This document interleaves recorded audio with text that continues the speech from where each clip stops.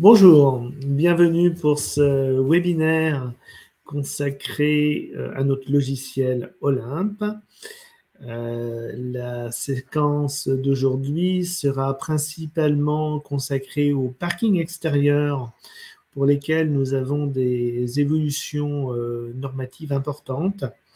Nous avons le plaisir pour ce webinaire d'accueillir Guillaume Consalves, le chef de projet Olympe chez Michaud.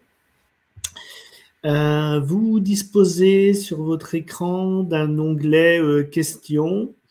Nous aurons le plaisir de répondre à vos questions à la fin du webinaire.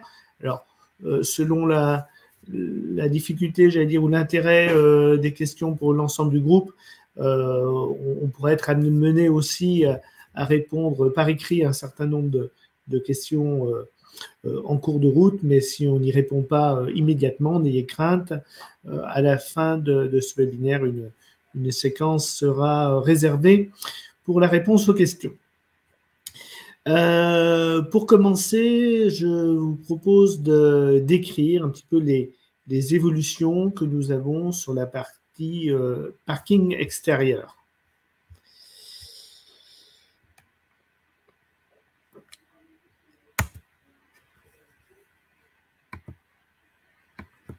Voilà, donc ceci grâce à ce petit schéma. Alors, nous avions déjà, depuis quelques années, une offre pour les parkings extérieurs chez Michaud. Pour ceux qui la connaissaient, nous avions des totems que l'on appelait solo, donc totems dans le sens où ce sont des produits en élévation qui se fixent au sol et qui intègrent en partie supérieure la partie borne de recharge. Donc, nous avions des totems que nous déclinions en 3 modèles. Vous aviez le solo, vous aviez le duo et vous aviez le quattro. Cela supposait toutefois, pour les installer, que vous ayez, par exemple pour les quattro, 4 places à équiper simultanément. Bon, dans la réalité d'une copropriété, cela se produit rarement, puisque en fait l'attente des copropriétaires est plutôt de venir équiper leur place d'un point de recharge au moment où ils en ont besoin, c'est-à-dire au moment où ils vont venir faire l'acquisition d'un véhicule électrique. Donc nous avons repensé le système en collaboration avec Enedis et nous avons trouvé des solutions plutôt astucieuses qui vont permettre de prééquiper l'ensemble d'un parking, mais pour un coût relativement modeste, et de venir l'équiper complètement, c'est-à-dire avec les totems de recharge, au moment où les utilisateurs en auront véritablement besoin. Le principe est le suivant.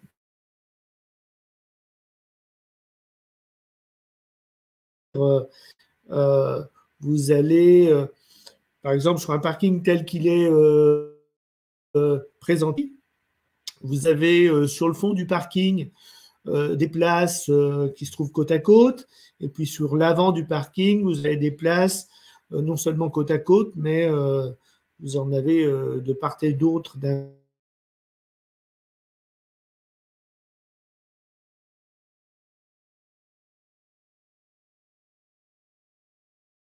sur l'avant du parking, un ensemble de 2 places un peu plus à droite.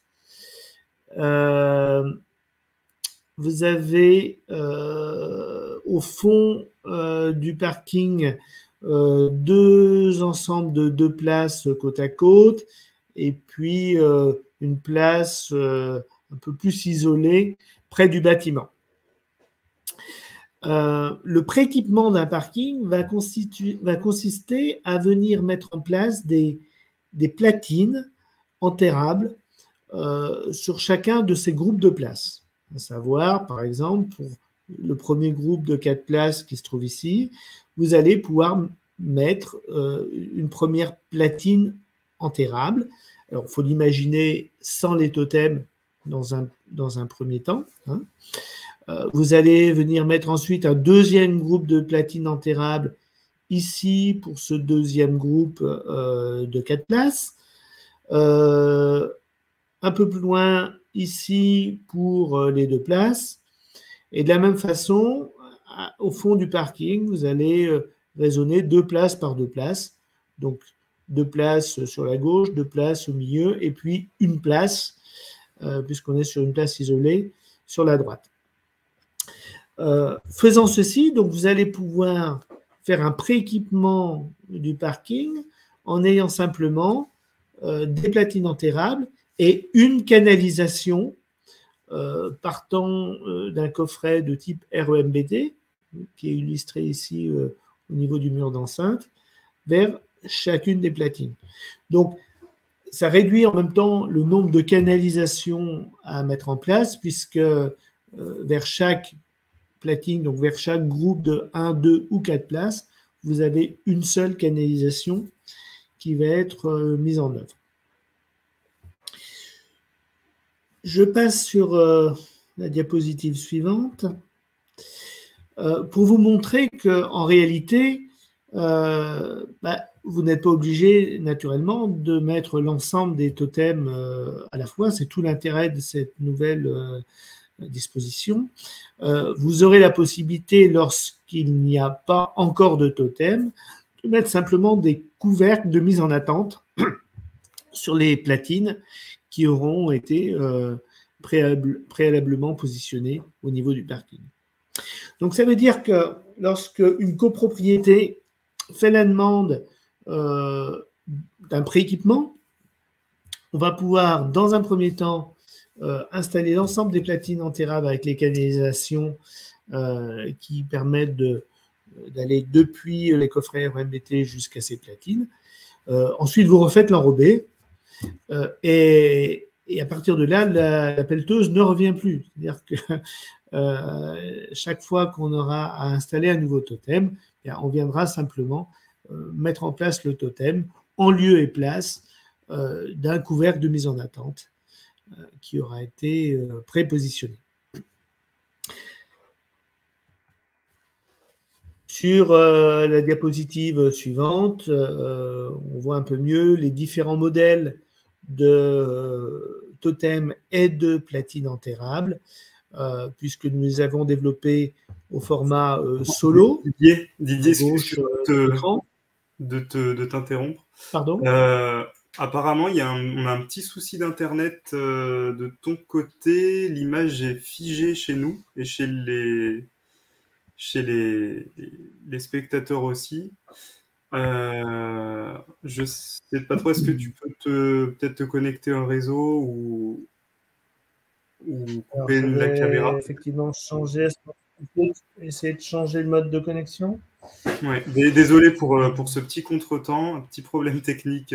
C'est les aléas du direct. Désolé pour ça.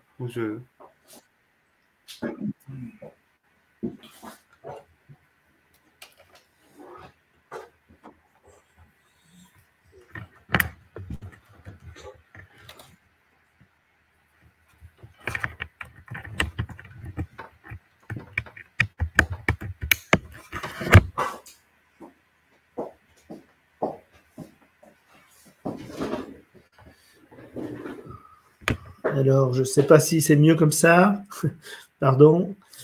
Donc, je ne crois pas. Hein. Je crois pas. Essaye peut-être de relancer ton partage d'écran, Didier. Alors.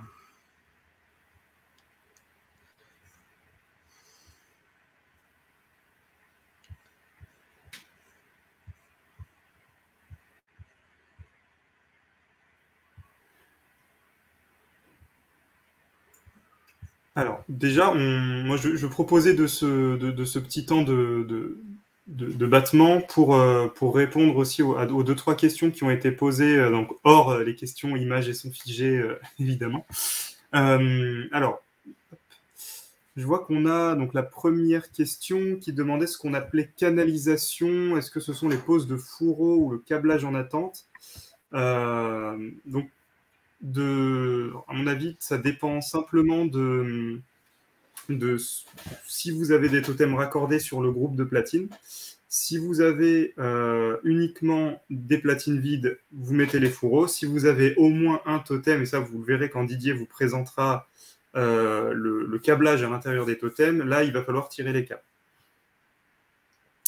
Et du coup, je crois que Didier, tu t'en es sorti. Donc je vais vous laisser. Je suis revenu, alors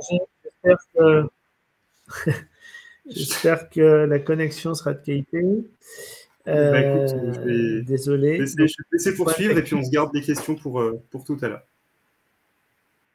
Pour la fin, ok. Donc, je disais, sur cette image, vous avez les différents modèles de platines enterrables et de totems dont nous disposons. Vous voyez que les platines enterrables existent en modèle solo pour une place isolée, duo côte à côte pour lorsque vous avez deux places côte à côte, vous avez un duo dos à dos également. Et le modèle Quattro est en réalité réalisé à partir de deux platines côte à côte, enfin duo, pardon, dos à dos qui sont placés côte à côte. Et je rappelle bien, hein, pour ceux qui avaient peut-être loupé la diapositive précédente, que grâce à ce nouveau système, les totems ne sont pas forcément tous placés dès le démarrage.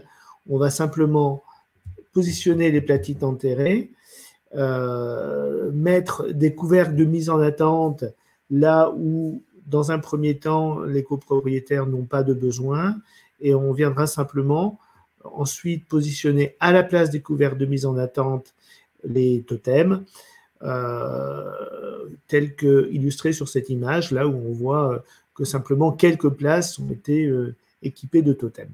En l'occurrence, ce sont des totems de recharge, ce qu'on appelle totems de recharge, puisqu'ils intègrent à la fois le point de livraison Enedis, donc coupe-circuit, compteur, disjoncteur de branchement, et le point de charge, 7,4 kVA monophasé, avec naturellement toute sa protection. Alors, une dernière petite diapositive avant de passer véritablement sur Olympe, qui vous illustre la façon dont le raccordement est fait à l'intérieur des totems. En réalité, vous avez deux modèles de totems. Il y a un totem dit base qui comprend coupe-circuit, compteur, enfin remplacement du compteur, du disjoncteur de branchement et puis la partie recharge. Et vous avez des totems dits compléments où vous n'avez simplement pas le coupe-circuit. Dans le cas du totem base, le coupe-circuit est un modèle double, 2 fois 60 ampères, qui va permettre d'alimenter le panneau de contrôle du même totem et puis un éventuel panneau de contrôle d'un éventuel totem complément à rajouter à côté par la suite. Si on est sur un groupe de 4 places avec un troisième totem qui vient à être installé, donc ce troisième totem sera à nouveau un modèle base avec un coupe-circuit qui lui permettra d'alimenter aussi un futur quatrième totem complément. Et simplement, dans ce cas-là, le gestionnaire de réseau de distribution viendra rajouter à l'intérieur du premier totem, dans l'ensemble coupe-circuit qui est en fait un coffret de type CIB-O, une grille de repiquage. Donc, c'est à partir de cette grille de repiquage qu'on va pouvoir aller desservir le deuxième totem base, tel qu'illustré sur cette image. Voilà, j'en ai terminé pour cette petite introduction. Ce que je vous propose, c'est de redonner la parole à Guillaume, qui va vous montrer comment, dans Olympe, on réalise ce type de configuration. Merci Didier pour cette présentation. Donc effectivement, vous l'aurez compris, le cœur de notre nouvelle offre, c'est la modularité. C'est le fait de pouvoir rajouter un à un les différents totems en fonction des besoins des utilisateurs finaux. Pour répondre au plus précisément à ce problème-là, on va avoir plusieurs références. On va avoir des références, comme le disait Didier, de totems de base et de totems complémentaires. Ces totems vont être disponibles en version prise à droite ou version prise à gauche, en fonction de là où on va devoir les installer. Et donc, ça va nous faire tout un tas de références qu'il va falloir gérer. Et dans le but de vous accompagner au mieux dans la gestion de ces différentes références et dans le choix de ces différentes références, on a pris le parti de revoir complètement notre module de parking extérieur en câble enterré sur Olympe, sur le logiciel Olympe. Donc là, je vous donne rendez-vous sur la base de test d'Olympe, vu que la nouvelle version n'est pas encore sortie. Et on va regarder un petit peu comment ça se traduit dans cette configuration-là. Donc, vous l'avez vu, j'ai créé une étude de parking seul. Le processus de création, pour ceux qui ont déjà utilisé le logiciel, reste le même. Donc, une étude de parking seul, on choisit notre projet. Donc, dans mon cas, je vais créer un nouveau projet que je vais appeler Webinaire 2903. Voilà. Je vais nommer mon étude Webinaire 2903 également. Je choisis un parking extérieur. Je peux rajouter une adresse de mon étude. Ça, c'est comme dans toutes les études sur Olympe. Et je vais créer mon étude. Donc là, j'ai plusieurs choix. Le câble enterré ou câble fixé sur mur, vous l'aurez compris, on est vraiment sur la configuration en câble enterré. Je choisis ensuite mon CCPC. Donc ici, je vais avoir le choix entre un ECP2D, un post HTABT intégré, ou alors, on va le rajouter pour la mise à jour, le CP3D, qui n'apparaît pas encore. Borne ou coffret, je le rappelle, c'est simplement pour nous pouvoir vous proposer le matériel le plus adapté à vos besoins. Donc en borne, on est sur de la pose au sol et en coffret, sur de la pose murale. Donc je vais choisir par exemple un ECP2D.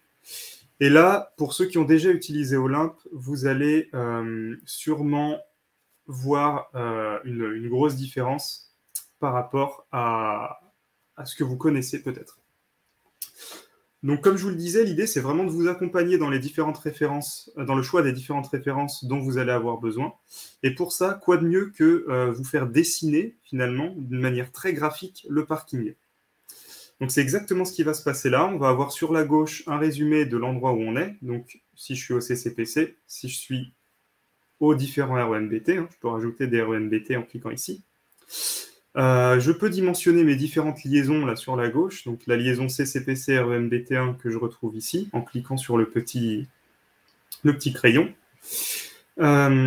Ici, la liaison REMBT1 REMBT2 que je vais pouvoir également dimensionner, donc choisir ma section, mon type de câble.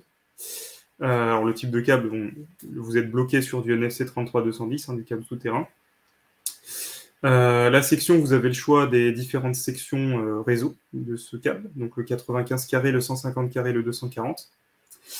Vous avez un résumé des chutes de tension à ces différents endroits, donc qui dépendent directement des longueurs. Donc là, effectivement, j'ai pas beaucoup de longueur, donc j'ai pas de chute de tension. Si je venais à mettre une vingtaine de mètres, je devrais avoir mes chutes de tension qui augmentent un petit peu.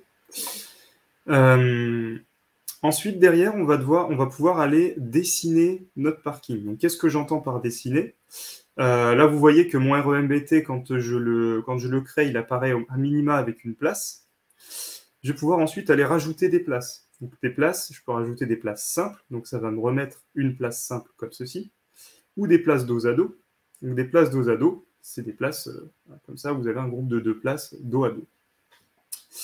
Je peux en rajouter plusieurs. Alors évidemment, au bout d'un moment, vous serez limité. Les limites vont être rentrées dans le logiciel pour vous permettre de ne pas faire de bêtises. Ces différentes places, je peux les accoler pour en faire un groupe, comme vous le disiez Didier, un groupe de 4 places. Ces places seules, je vais pouvoir les déplacer vers le haut ou vers le bas.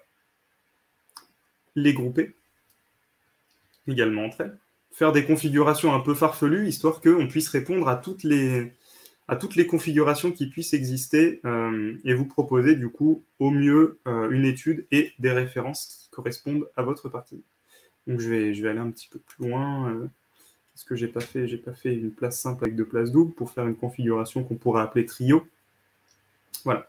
Donc tout ce que je dessine là, en gris, ce sont des places qui sont, qu'on va appeler en attente. C'est des places qui n'ont pas de totem. Si je veux rajouter des totems, certains d'entre vous l'auront peut-être vu, je vais avoir l'option de noter des places équipées. Donc en haut, la place du haut, en bas, la place du bas. Et si je coche la case, ça va me faire apparaître un petit véhicule électrique qui dit que sur cette place-là, j'ai un totem qui va être installé. Donc différents totems, branchement seul, branchement plus prise renforcée ou branchement plus prise type 2S, en fonction des références que vous voulez. Et puis du coup, je vais pouvoir disséminer un petit peu mes places, mes différentes places sur ce plan. Et du coup, ce qui est bien, c'est que j'ai le retour en direct de ce qui se passe sur mon parking. Plusieurs autres informations à prendre en compte. On vous met ici, au-dessus de la liaison du REMBT, le nombre justement de liaisons qu'il va falloir pour alimenter tout ça. Pour ceux qui ont suivi la présentation de Didier juste avant, vous savez qu'une liaison peut alimenter jusqu'à 4 places. Ici, c'est représenté par ces petits carrés blancs, là. Donc là, ici, vous voyez que j'ai besoin de 3 liaisons depuis mon REMBT pour alimenter tout ça. 3 liaisons triphasées. Bien évidemment, mes places, je vais pouvoir leur donner une longueur depuis le REMBT. Comme ce sont des groupes de places, la longueur depuis le REMBT n'est rentrable que depuis les places de gauche. Donc, vous voyez que là, si je me mets sur la place de droite de ce groupe de places-là, je ne peux pas rentrer la longueur. Si je me mets sur la place de gauche, qui est là, je peux rentrer sans problème ma longueur depuis le REMBT, ce qui va avoir pour conséquence de faire évoluer mes chutes de tension, etc. Idem pour ce groupe de places. Pour les deux de droite, pas de longueur. Pour les deux de gauche, la longueur. Comme on est sur une platine globale, même si c'est sur les places de droite ou de gauche, c'est la même longueur. C'est ce qu'on va appeler en fait non plus des dérivations individuelles, mais des dérivations collectives dans ce cas-là.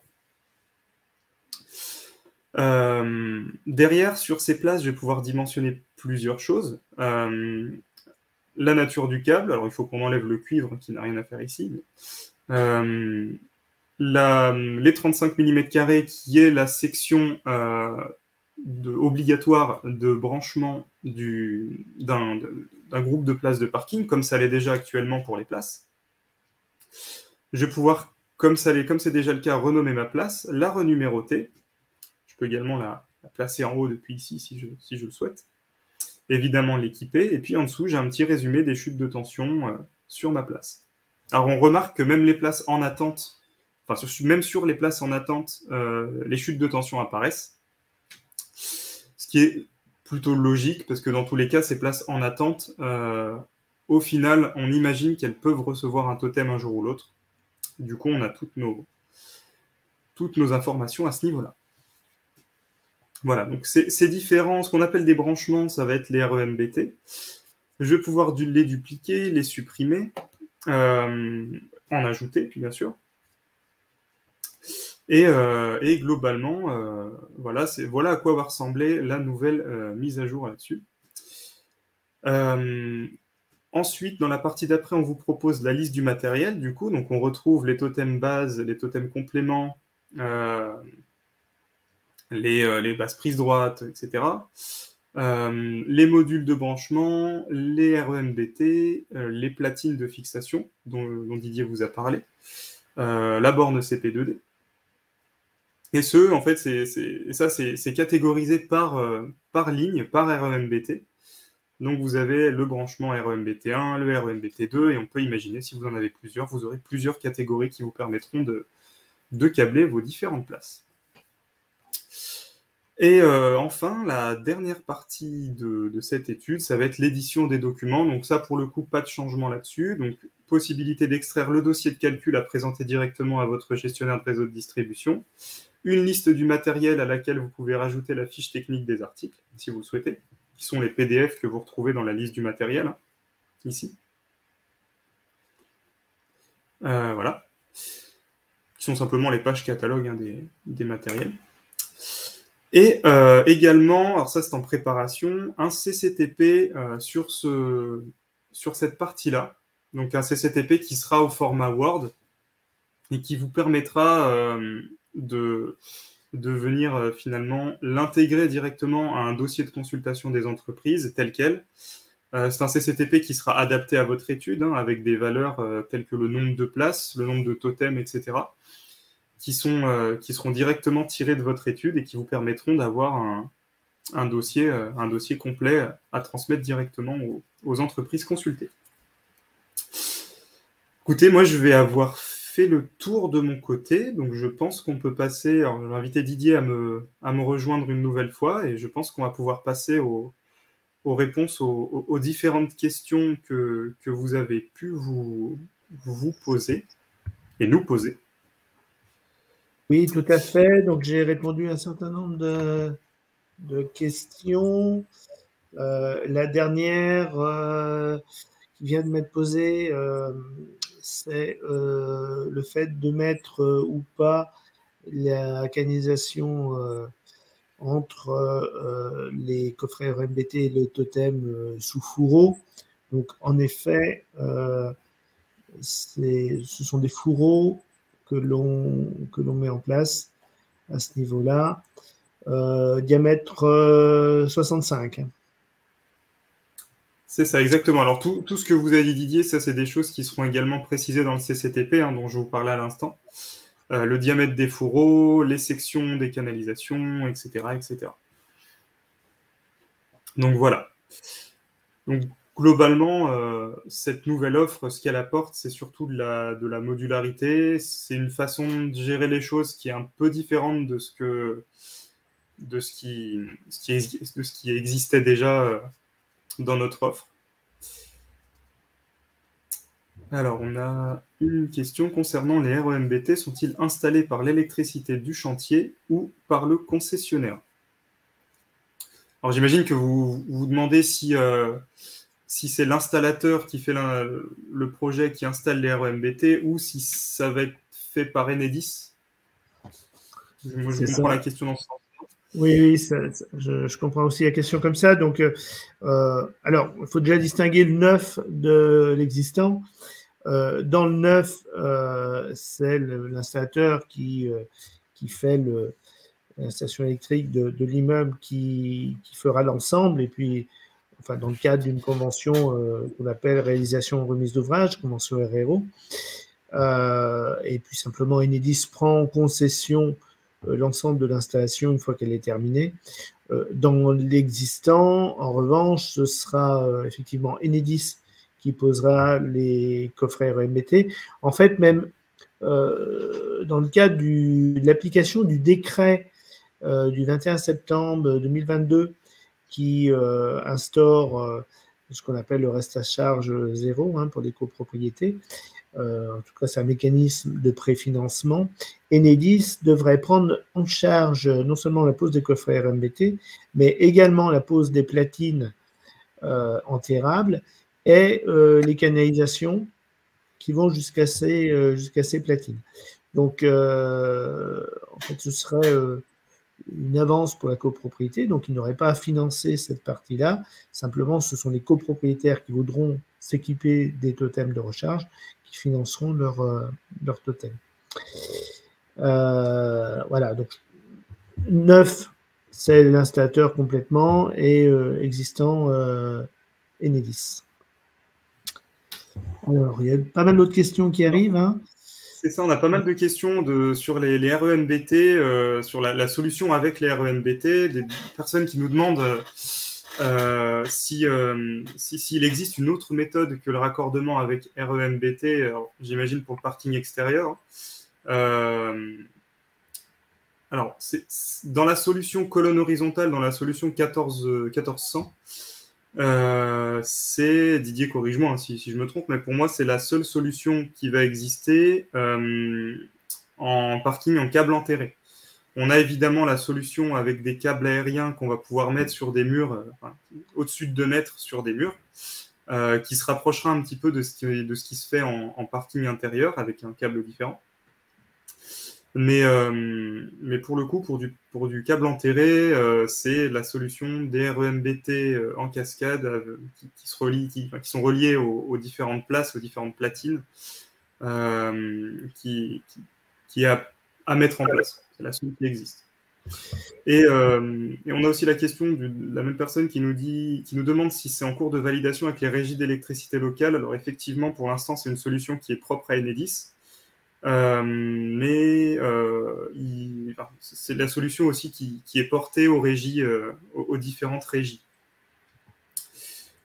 Voilà. Oui, oui, je reviens oui, sur la remarque de la personne qui indique qu'avec l'utilisation de RMBT, ça peut être imposant et inesthétique.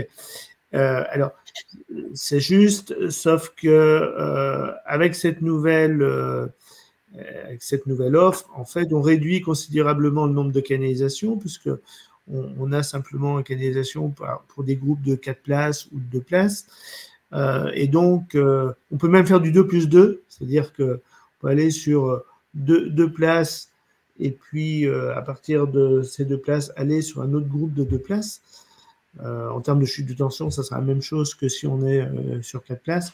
Donc, on a moins de canalisation, donc aussi par voie de conséquence, moins de coffrets REMBT, donc c'est plus facilement dissimulable.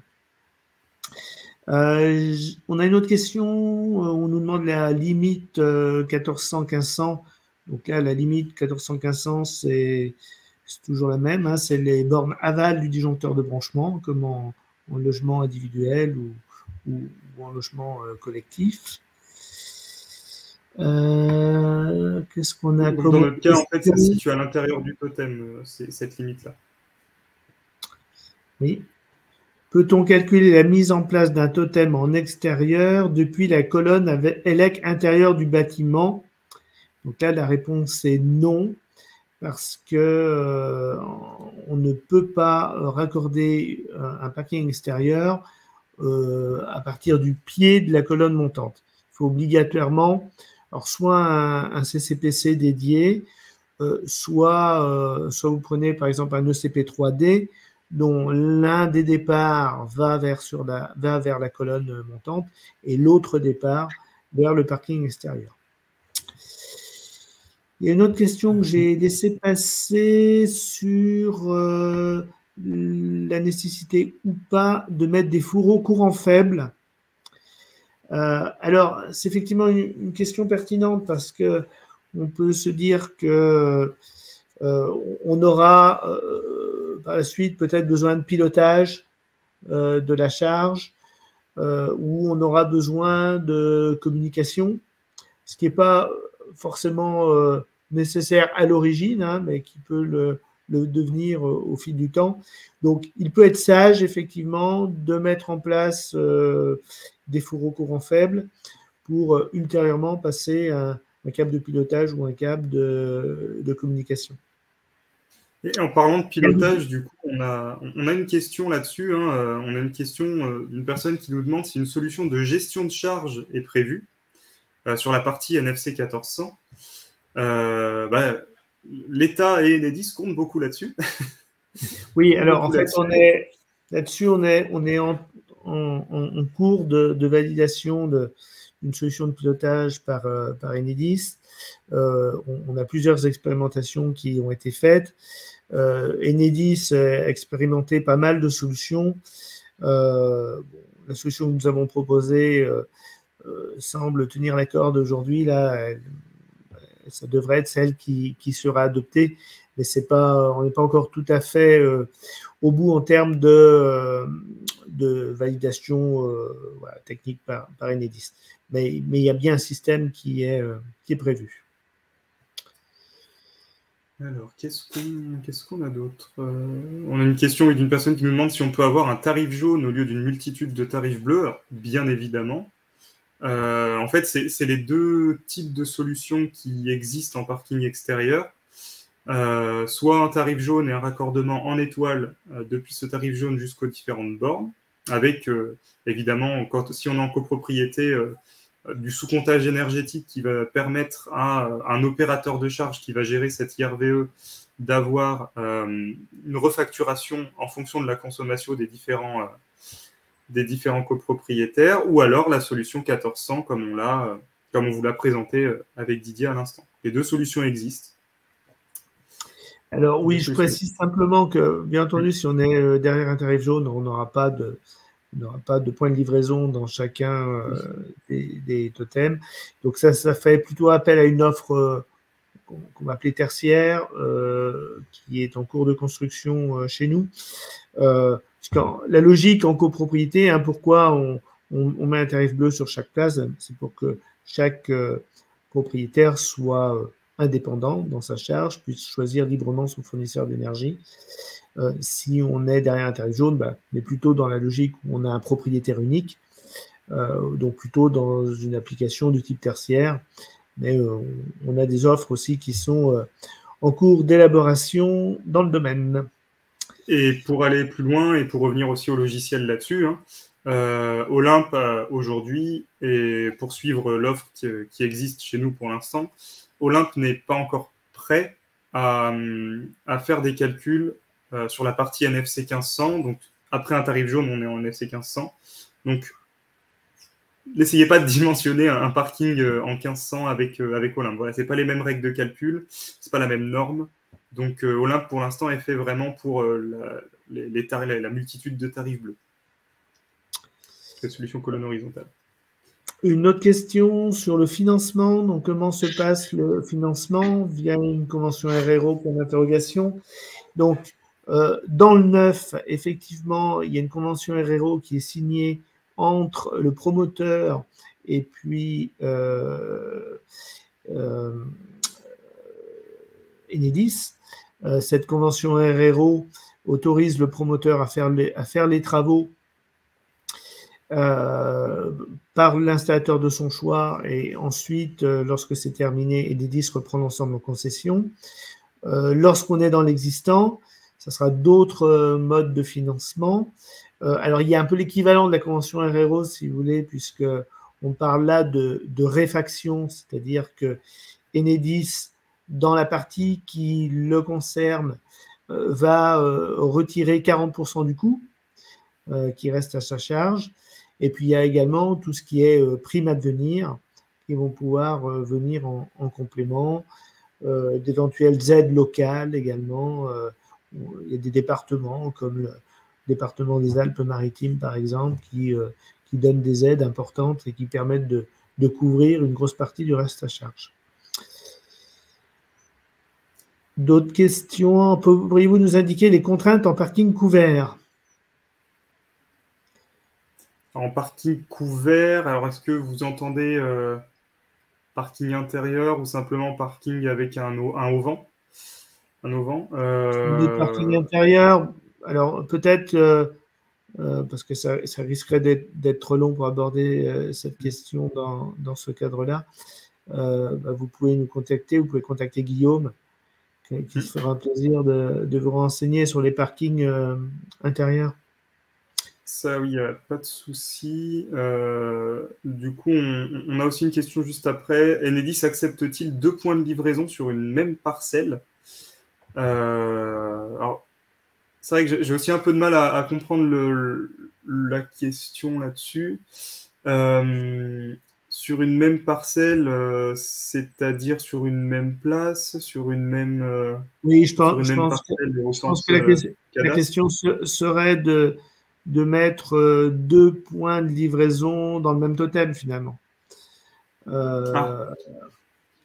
Ou en fait, ou 2 prises peut-être, ou peut-être 2 prises dans le même totem, derrière un seul point de livraison. Bon, après, c'est une question de puissance qui va intervenir dans ce cadre-là, puisque un point de livraison, normalement, c'est 9 kVA, enfin, c'est 7,4 kVA, donc si vous en avez 2, ça fait 14, un peu plus de 14. Donc là, on dépasse les 60 ampères. Ce qu'on pourrait avoir éventuellement, c'est une prise 7,4 kVA et une prise renforcée. Là, la somme des deux, on resterait inférieur à 12. C'est des questions qu'on a parfois sur lesquelles on travaille. On n'a encore pas d'offres qui répondent spécifiquement à ça, mais possible que ça arrive dans un avenir pas trop lointain. Et puis, j'ai une dernière question, pas tout à fait dernière, puisqu'il y en a une autre qui vient d'arriver, mais L'avant-dernière, c'était « Doit-on placer le RMBT obligatoirement en limite de propriété ?» La réponse est non. C'est le CCPC qui, lui, est placé en limite de propriété, mais le ou les REMBT se trouvent généralement à l'intérieur de la parcelle. Donc, ce qui vous permet de les dissimuler derrière un bosquet, par exemple. Et puis, y a-t-il une limite de distance entre REMBT et totem? Guillaume, je te laisse répondre. Oui, on a alors une limite qui est fixée par Enedis à 24 mètres. Voilà. Puis de toute façon, comme vous êtes limité en nature de câble et en section de câble, vous allez être de toute façon limité en termes de chute de tension à ce niveau-là. Bon, de toute façon, Olympe, quand vous ferez le calcul, va vous l'indiquer. C'est-à-dire que si on dépasse la limite de chute de tension, eh bien, il faudra rapprocher le RMBT, par exemple, si on peut. Et puis, il reste une dernière question à l'écran. Est-il possible d'avoir une RRO en réalisant seulement un pré-équipement?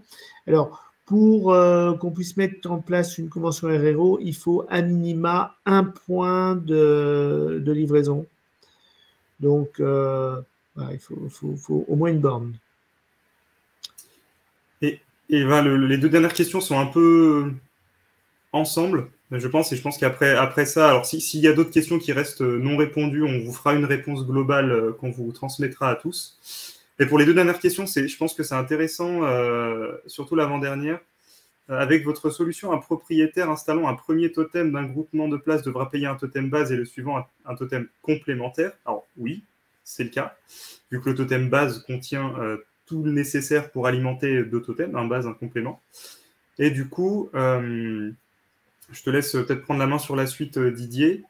Oui, alors, je précise quand même que la différence de prix entre un totem base et un totem complémentaire est minime, sorti d'usine, parce que finalement, vous avez que le coffret CCPI à l'intérieur.